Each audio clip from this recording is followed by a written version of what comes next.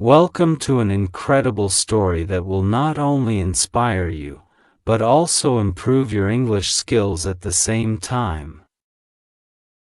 Today, we dive into the life of Albert Einstein, not just a scientist, but a dreamer who proved that imagination is more powerful than knowledge. Along the way, pay attention to the new phrases and vocabulary. This journey is about more than English. It's about believing in yourself when no one else does. So grab a notebook, listen closely, and let's begin to learn, grow, and get inspired by the genius who changed the world. Albert Einstein was born on March 14, 1879, in Ulm, a small town in Germany. His parents, Hermann, an engineer, and Pauline, a graceful and musically gifted woman, had no idea their child would one day become a legend. As a baby, Albert's head appeared unusually large. His mother even worried something might be wrong. He also spoke very late, not until age 4, which added to his family's concern, but behind that silence, a storm of ideas was quietly forming. Albert had a strong bond with his mother, who played piano beautifully. The music that filled their home would later become his emotional anchor in life. One day, his father handed him a small compass. Watching the needle mysteriously shift directions without touch sparked a lifelong curiosity. Albert didn't enjoy school. He found the teaching style too strict, the subjects too dry. He wasn't a fan of memorizing facts. Instead, he wanted to ask why and how. Unfortunately, this didn't sit well with his teachers. One even scolded him harshly, saying, "You'll never do anything meaningful in life." These words hurt, but they couldn't crush Albert's spirit. While other kids played outside, Albert lost himself in books. He loved mathematics, calling it the true language of the universe. His mother supported his love for music, encouraging him to learn violin. Although he was reluctant at first, music eventually became his escape and thinking tool. His uncle Jacob, a lover of numbers, made math fun. He would say, "Every math problem is like a treasure map. Solve it, and you find the truth." That playful approach made numbers come alive for Albert. Albert's thoughts were never ordinary. While walking home one day, he wondered, what would happen if I rode alongside a beam of light? This wild question would stay with him for years, and eventually change how we understand time and space.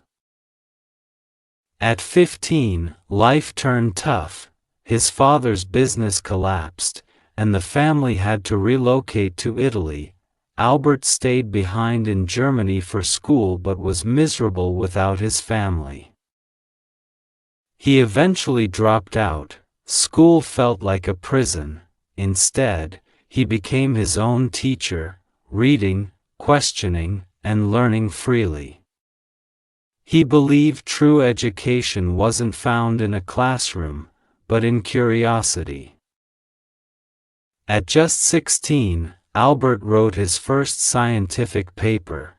It wasn't perfect, but it showed the world a young mind brimming with potential. Determined to continue, Albert applied to the Swiss Federal Polytechnic School in Zurich. He failed the entrance exam, not in science, but in subjects like French and history.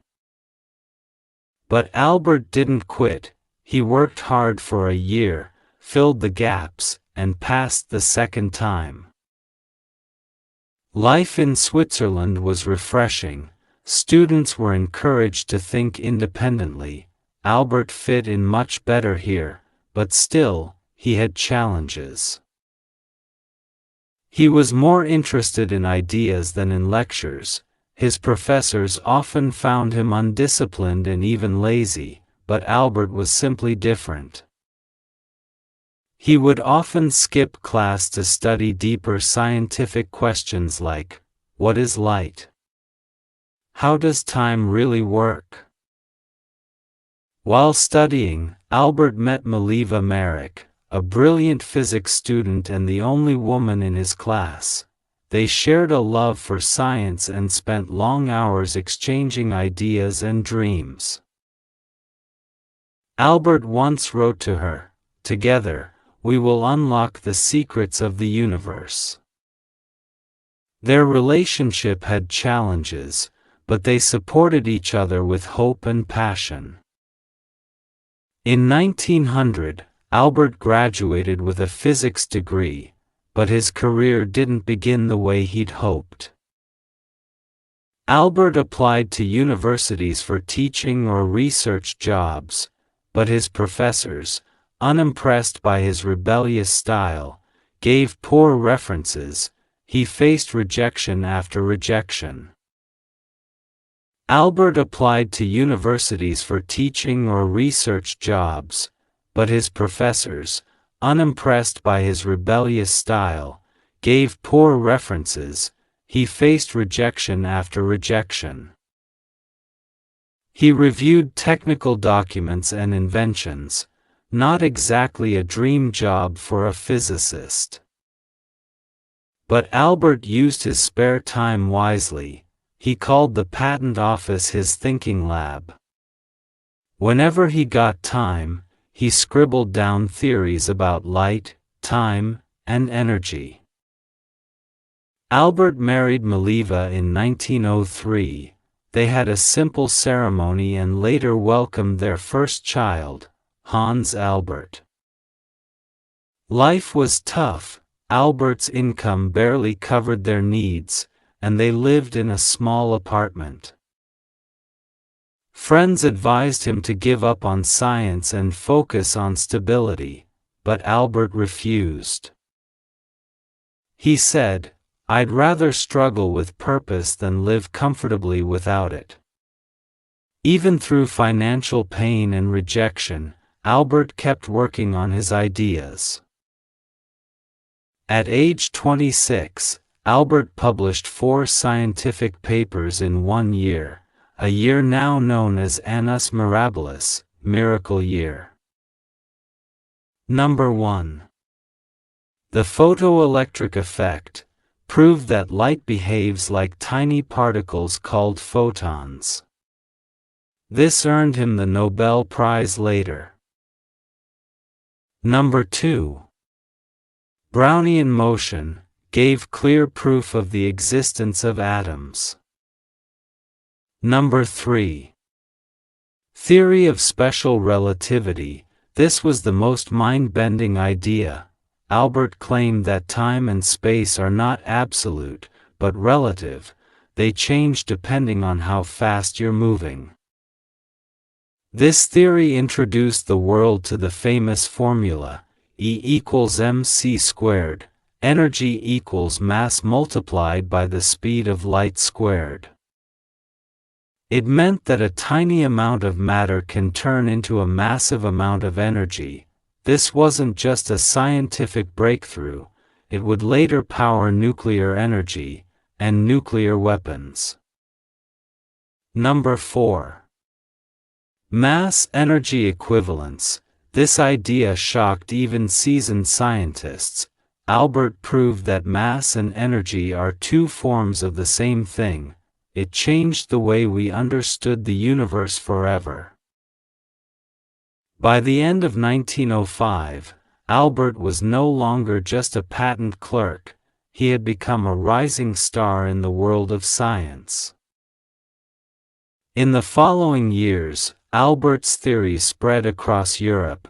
Slowly but surely, his genius was recognized. In 1909, he was offered a teaching position at the University of Zurich. From there, he moved to Prague, then Berlin. He became a professor, a researcher, and later, the director of the Kaiser Wilhelm Institute for Physics.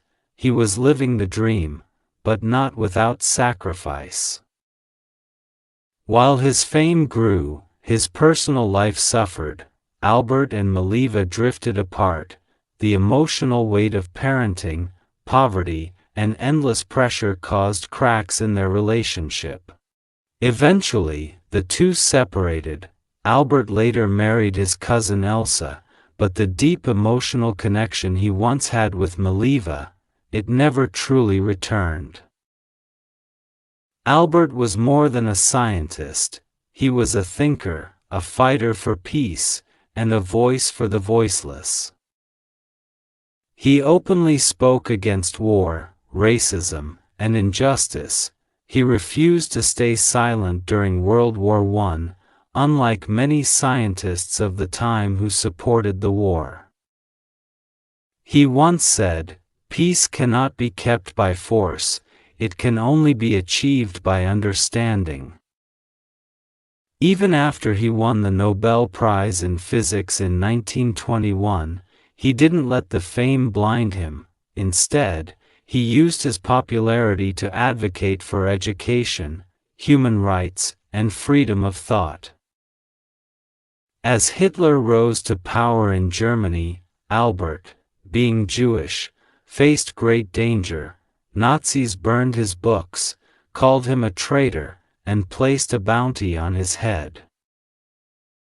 In 1933, Einstein fled to the United States. He joined the Institute for Advanced Study in Princeton, New Jersey. This would become his final home. During World War II, Einstein feared that Germany might develop nuclear weapons. Though he was a man of peace, he signed a letter to President Roosevelt, warning about this danger. That letter led to the launch of the Manhattan Project, which ultimately created the atomic bomb. Einstein deeply regretted this. He said, "Had I known, I would have never lifted a finger." Even though he didn't directly work on the bomb, the use of his formula E=mc² made him feel partly responsible. In his final years, Einstein refused to chase fame or money.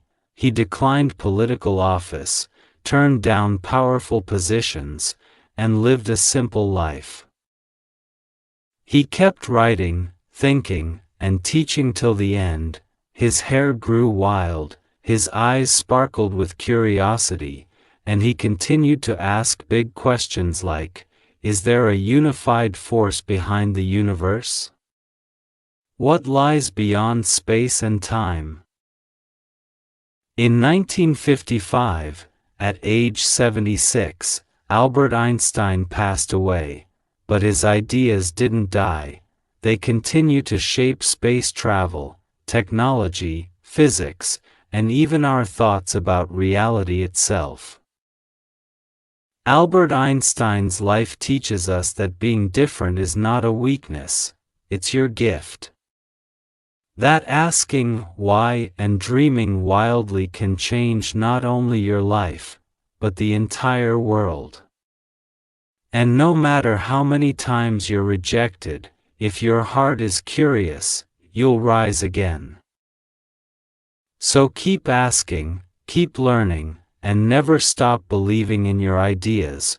Don't forget to like, share, and subscribe to Speak Smart English. Comment below, what inspired you the most from Einstein's story? Until next time, learn English, learn life, with Speak Smart, bye, and keep shining.